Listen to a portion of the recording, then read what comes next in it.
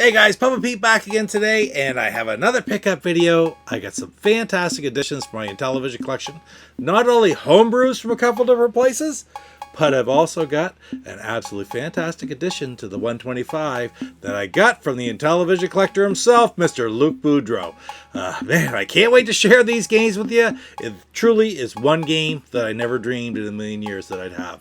Anyway guys, stick around. Can't wait to show them, can we, Coco? Here we go. Papa Pete, the old ass gamer. Papa Pete, the old ass gamer. If you haven't grown up by the age of 50, you don't have to.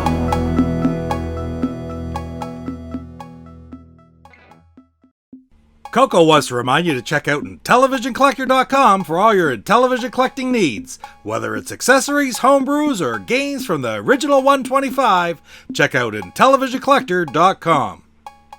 Alright, so first and foremost, time for a micro brew, little local brew, and it's something I've had from this brewery before. It's from Think Brewing in Harvey, New Brunswick, but this one is called Think Brewing's A Rethink Everything. And if you read it, it says, this beer was inspired by the woodlands in all seasons, earthy, piney, and floral.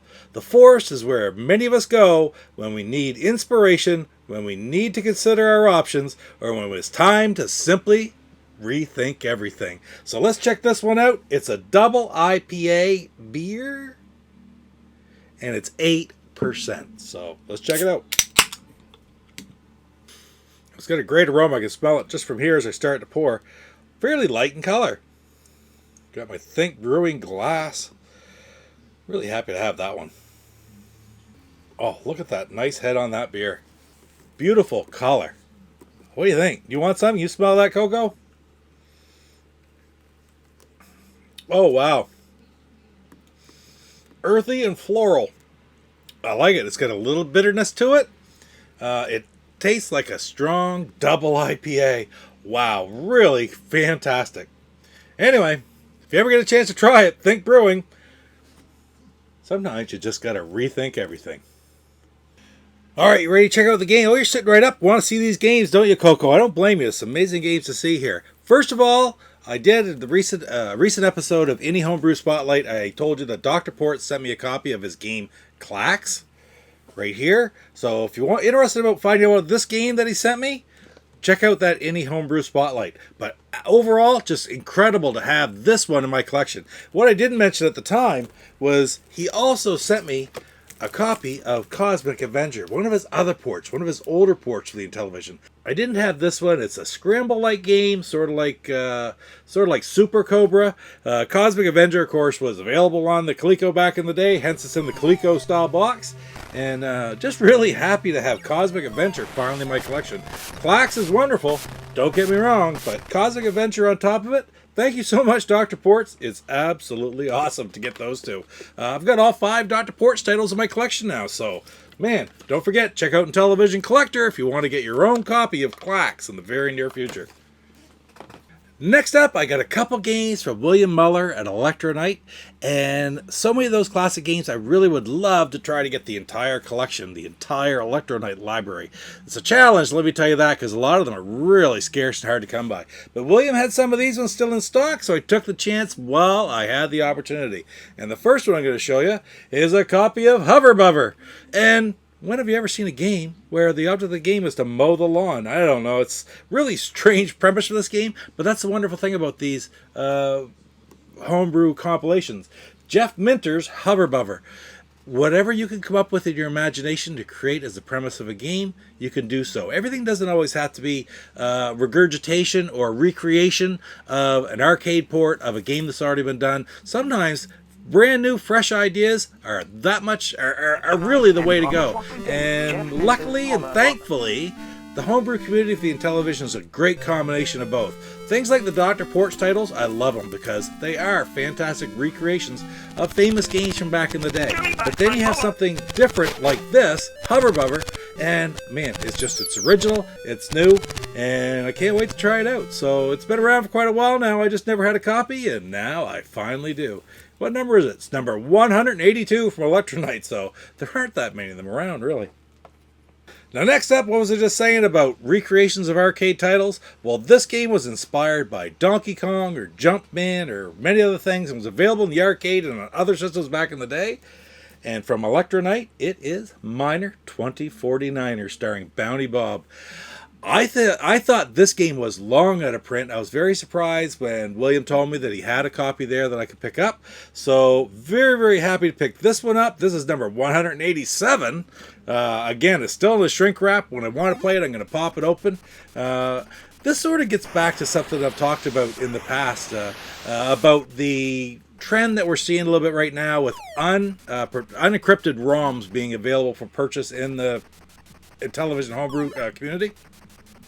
I'm really in favor of it because I always would want to buy the physical game. But sometimes I like to play with my Ultimate Flashback. And I'd love the option of paying like $10, $20, whatever, a little bit extra, to have an unprotected ROM to play with my other systems. And just strictly for gameplay. And then I can keep these in the case and keep them protected in the boxes. Very risky for the publishers to do this. Less so for the creators, but more so for the publishers. Because the publishers invest a lot of money to put these out, and these are fairly expensive, $67, $60 or $70 a pop, typically, sometimes even more. But when you put games out and you take the risk of putting things out unprotected ROMs, you risk that people are going to share them amongst the community. So once again, I'm just going to make my point.